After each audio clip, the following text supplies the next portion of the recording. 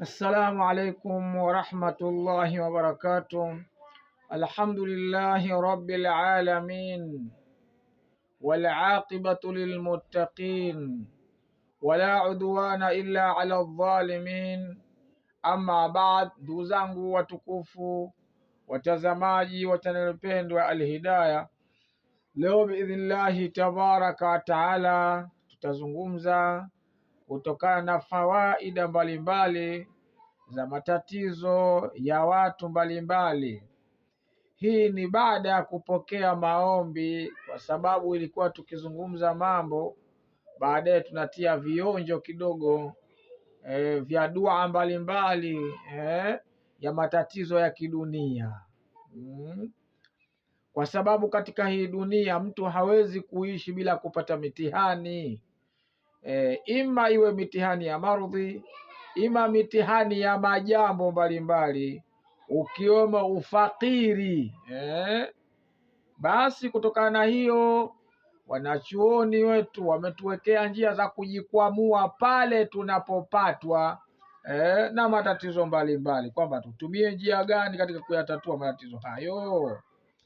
Sasa ilikuwa huko nyuma, kila wakati nikizungumza, kisha baadaye hutia mambo mawili matatu ya namna gani ya kuweza kujisaidia watu pindi wanapopatwa na matatizo. Kwa hiyo nikasimama kwa muda mrefu kidogo, kwa sababu nimeona kwenye dini watu wako nyuma.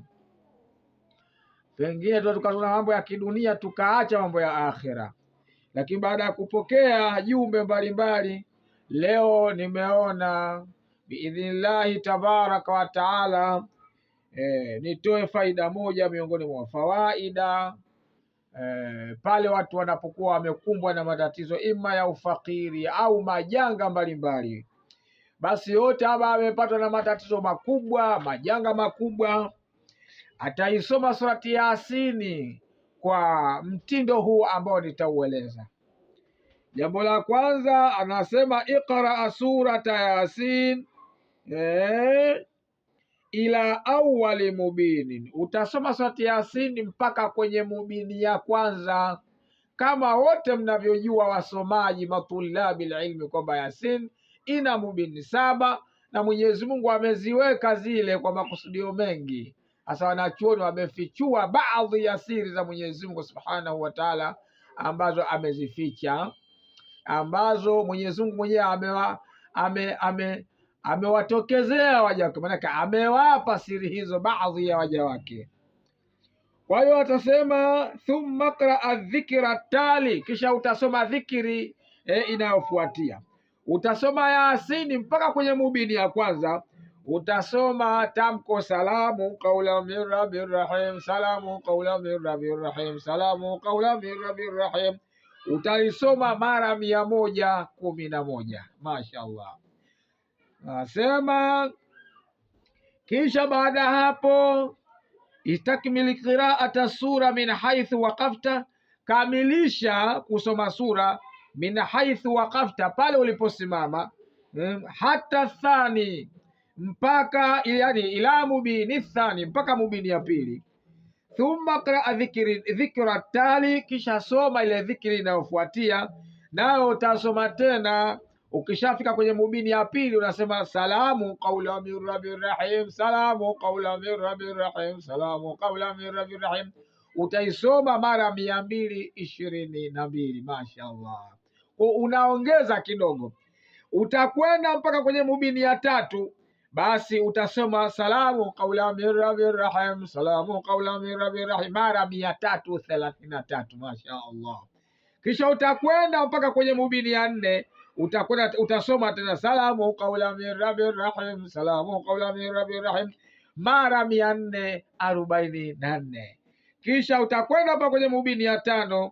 Utasema tena salamu qawlan min rabbir rahim, salamu qawlan min rabbir mara 555. Mashaallah.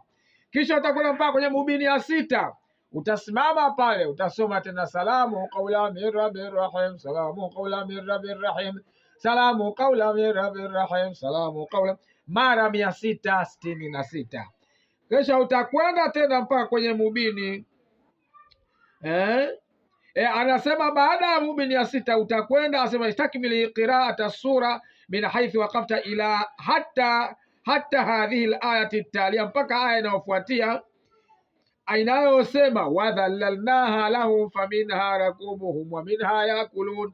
Hapo sasa pale wadhallalnaha lahum faminha rakubuhum wa minha yakulun, kipengele hicho asema tukariruhu 2000 marra, utakirudia mara 2000. Masha Allah.